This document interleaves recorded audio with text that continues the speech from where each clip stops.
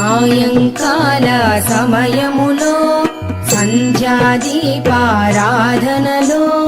వచ్చును తల్లి మహాలక్ష్మి, వచ్చును తల్లి వరలక్ష్మి. కాళ్లకు గజ్జెలు కట్టింది, మెడలో హారము వేసింది, పిలచిన వెంటనే పలికింది, అడిగినదంతా ఇచ్చింది. సాయంకాల సమయములో సంధ్యాదీపారాధనలో వచ్చును తల్లి మహాలక్ష్మి, వచ్చును తల్లి వరలక్ష్మి.